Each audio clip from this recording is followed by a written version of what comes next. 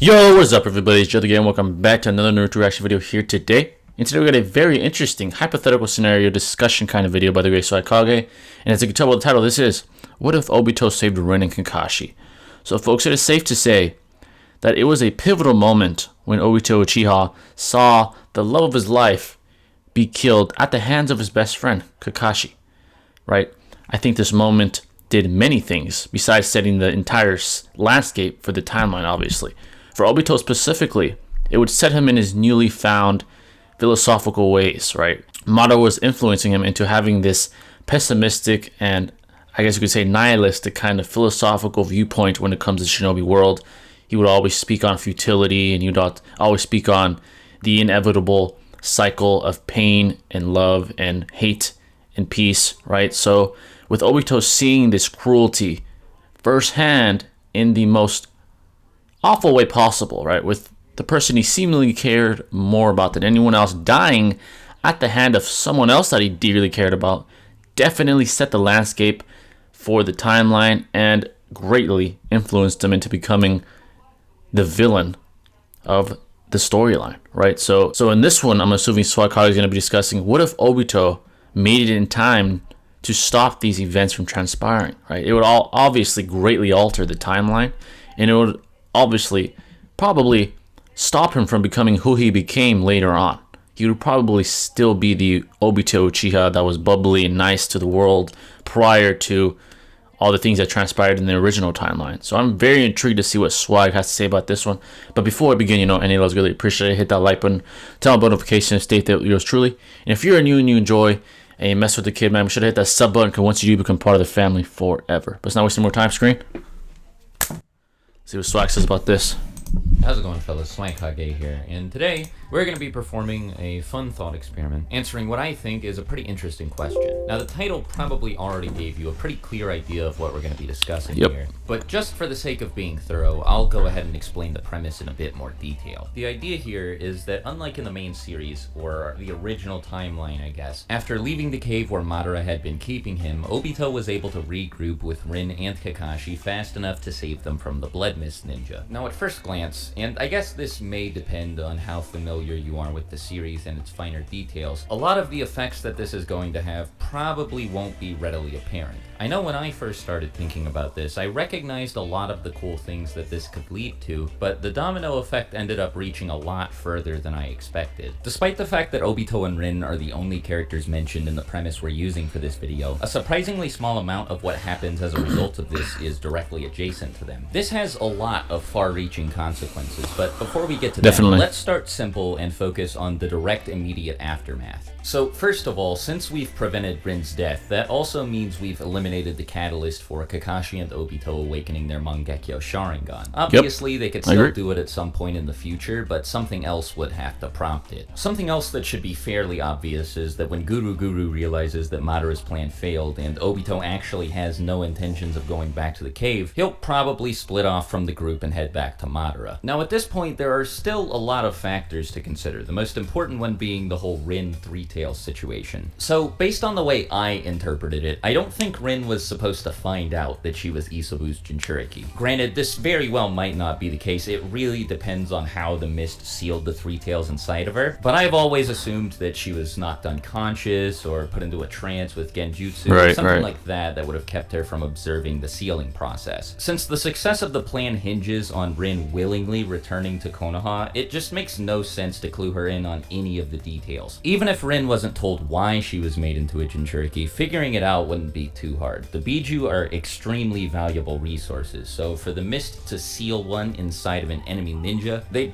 probably have to have something like this very exact same plan in mind. Now, the reason this is all important is because I think that as long as Rin stays out of Konoha, saving her is very doable. The seal just needs to hold out for long enough for Minato to be able to rendezvous with his team, and Rin should be good to go from there. For those of you who may have forgotten, Minato is one of the best users of Fuinjutsu in the entire ninja world, and one of the things he's explicitly shown doing is reinforcing the seal used to contain the Nine Tails within Naruto. The strongest tail that beast. Minato Keep that in pulled this mind. off from So beyond he'd the grave easily be by able to sealing seal a the portion of his own three chakra tails. inside of Naruto. I'm assuming. It was this manifestation of his chakra that reinforced the seal, and this was when the Nine Tails was well on its way to completely breaking free. So strengthening Rin's seal to keep the three tails contained should be light work for him. Of course, there is a chance that Minato wouldn't be able to show up in time, but even if the three tails did manage to break free, he should be more than capable of containing it single-handedly. The issue with this is that a three tails rampage would probably lead to Rin's death, which itself would lead to Obito awakening his Mangekyo Sharingan, and also probably to him returning to Madara's cave, though there is a chance that Minato and Kakashi would at least be able to talk him out of it. It's definitely up in the air though, so we'll just have to hope that Minato shows up in time to get the three tails under control. Otherwise, there's a very real chance that effectively nothing changes and the series just proceeds as it originally did. That's a good now, point. assuming Minato does show up to save the day, which is very plausible considering he gave Kakashi one of his kunai, this is where things start to get really, really different. It's hard to say for sure, of course, but I feel like this would completely transform the final stages of the war. Not because Obito or Rin would be able to like help the Leaf beat everyone up or whatever, but because I think that once everyone realizes that the Leaf has an extra Biju at its disposal, the politics surrounding the war will begin to change. I think it's very likely that the Mist will demand that the Three Tails be returned to them as part of their terms for negotiating peace, but whether or not the Leaf would like agree to do it is pretty ambiguous. I don't even think the Leaf would necessarily have a problem with returning the Three Tails if Rin didn't have to die in the process. And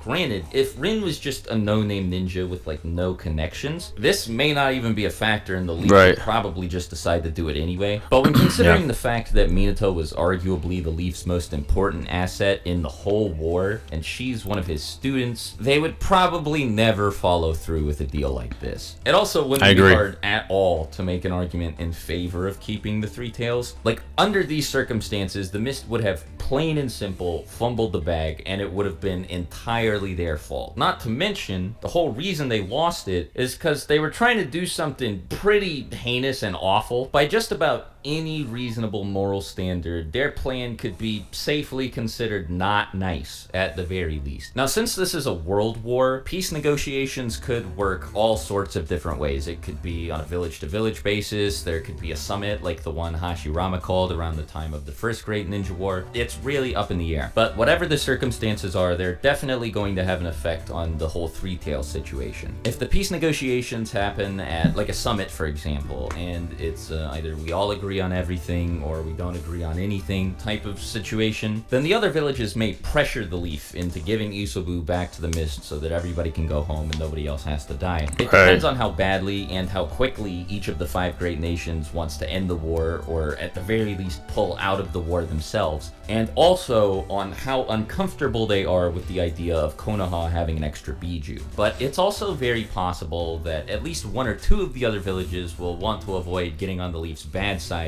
because of how dominant they were throughout the Third War. Based on what we know, especially if we take filler into consideration, the Stone specifically had a really hard time fighting against Konoha, and both the Sand and Cloud villages had recently lost their Kazekage and Raikage respectively, so I think it's a lot more likely that all three of them will probably want to pull out of the war on an individual basis, and may even agree to an alliance with Konoha if that's what it takes to get a peace treaty signed. If that's what ends up happening, then the Mist Village will eventually have to back down and accept whatever terms are laid out by the Leaf in order to avoid being annihilated by a 2, 3, or maybe even 4 nation alliance. Speaking of the Mist Village, by the time we reach a point in this timeline where the original series would have began, their history should look noticeably different. Primarily because A, since Yagura would no longer be the Three Tails Jinchuriki, it's very possible that he wouldn't become Mizukage in the first place, and B, because Obito wouldn't be there controlling whoever the new Mizukage is from the shadows, since he'd be back home in Konoha. Now, it's unclear exactly how responsible the Obito-controlled Yagura was for all the Blood Mist stuff, since they were being referred to as the Blood Mist before he should have been able to take power. So I guess it depends on who ends up taking over after the third Mizukage, but in this timeline, the Mist could end up reforming a lot sooner than they did in the original series. This could lead to all sorts of differences from the original timeline, like for example, Kisame may never end up defecting from the Mist Village if it gets its act together, and he certainly wouldn't join the Akatsuki because because he'd never end up meeting Obito. Speaking of the Akatsuki, it's also possible, though not particularly likely, that Danzo will end up losing interest in the Hidden Rain Village once he learns that the Leaf is now in possession of the Three Tails. Right. News like this may be major enough to cause him to leave the Rain Village entirely so he can go back to the Land of Fire and keep an eye on Rin. Without Danzo in the Rain Village for an extended period of time, Hanzo may never end up being convinced that he should be afraid of the Akatsuki. Thus, Yahiko may never end up dying, Nagato may never end up crippled, and the Akatsuki may even end up establishing an alliance with Hanzo like the group originally intended. There are a lot of maybes there though, so it is still totally possible that Hanzo ends up killing Yahiko and nothing really changes for Nagato and Konan. Regardless, the Akatsuki is gonna look a lot different one way or another because Obito won't be there to mess with it, Itachi will probably never become a member because, well, in order to explain that, let's talk about how this affects Konoha. So I already talked about a lot of this in my What If Minato Never Died video, but as long as the Leaf doesn't assume that the Uchiha clan was behind the Nine Tails attack, they probably don't have to worry about being completely exterminated. And since in this timeline there won't be a Nine Tails attack, correct, there wouldn't be. Won't be carrying out the Eye of the Moon plan. Unless something else happens that's like really big and really incriminates the clan, they probably won't have anything to worry about. Now this may go without saying, but in this timeline, the Leaf Village would be pretty stacked. They'd have Minato, Hiruzen, the Uchiha clan, 2 Biju, and included in the Uchiha clan, by the way, would be Obito with the enhancements he received. That's a worldwide threat of a nation. They'd be pretty safe. I can't Absolutely. imagine any of the 5 great nations would want to declare war on them. Absolutely the not. only group they'd really have to worry about is the Rain Village, but with Minato as the Hokage, and by the way, this is Minato with like 12 to 16 extra years worth of training by the time we reach Shippuden, they should be able to handle anything that's thrown at them. It's hard to speculate about anything else, including what the Leaf would do with the information that Madara was still alive, without venturing into complete fanfic territory, so I think this is a good place to end the video. Hope you guys enjoyed it. Great video. And as always, great video as always, Swag. Take care. Peace out. Alright guys, there you guys have it. Sorry about that. That was a great video. Yeah, basically the landscape, like I said, like Swag pointed out, would be greatly altered if Obito were to save Rin and Kakashi. Now Minato made it there in time. He'd have no issue sealing the Three Tails inside Rin.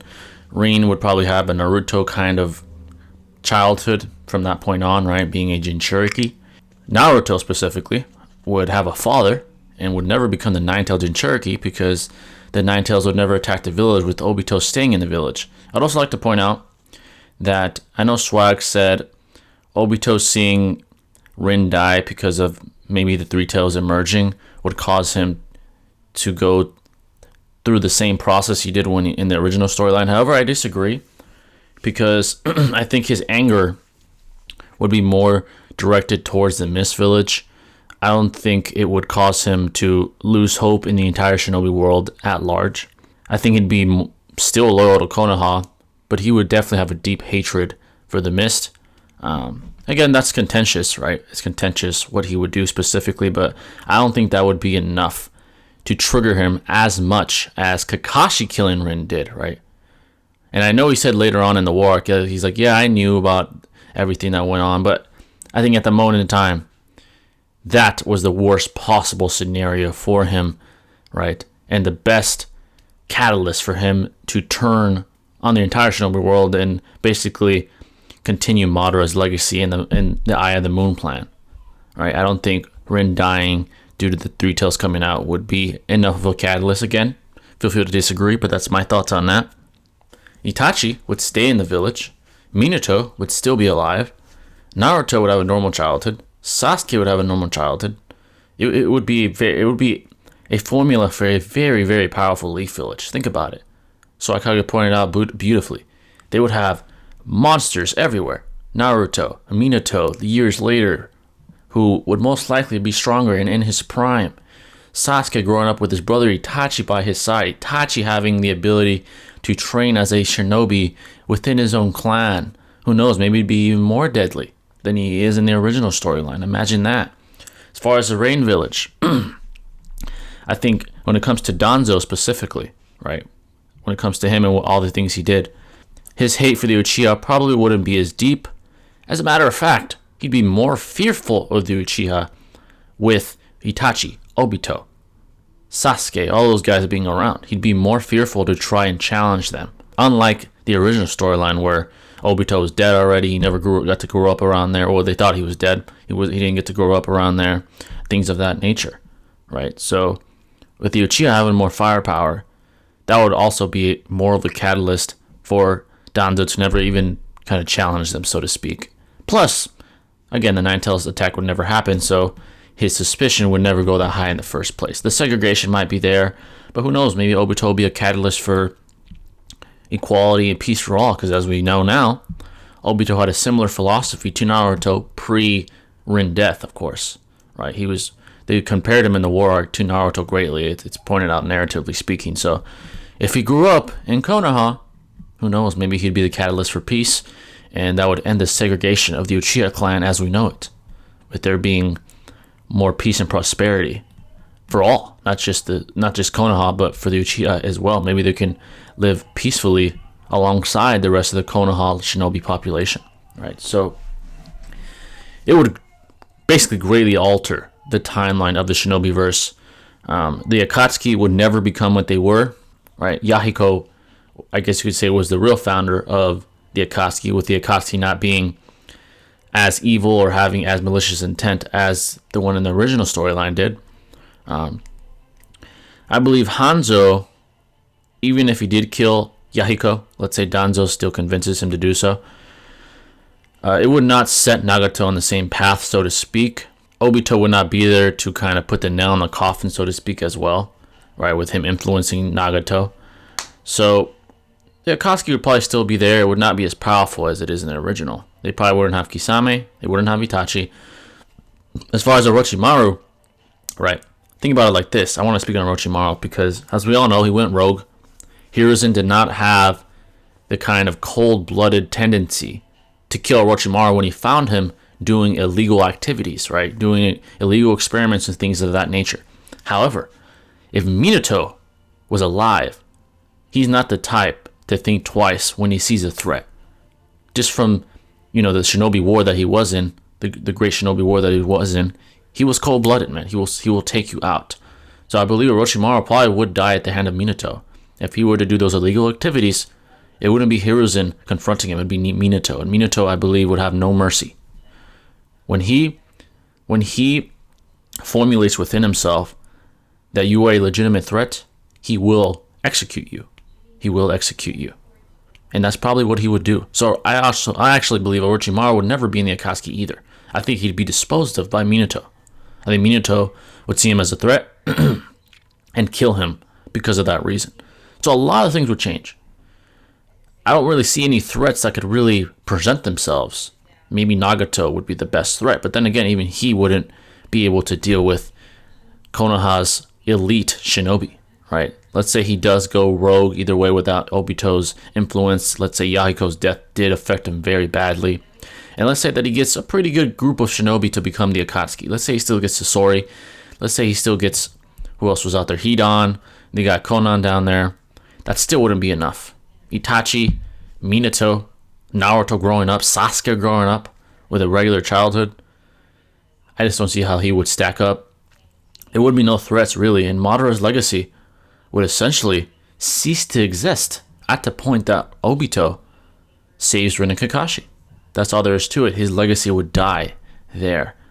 And Sasuke, being his reincarnation, I believe, would probably never really have a catalyst to set him on this kind of pessimistic sort of path where he wanted to take vengeance, right? Itachi would never be his motivation for absolute power at all costs because he grew up with Itachi.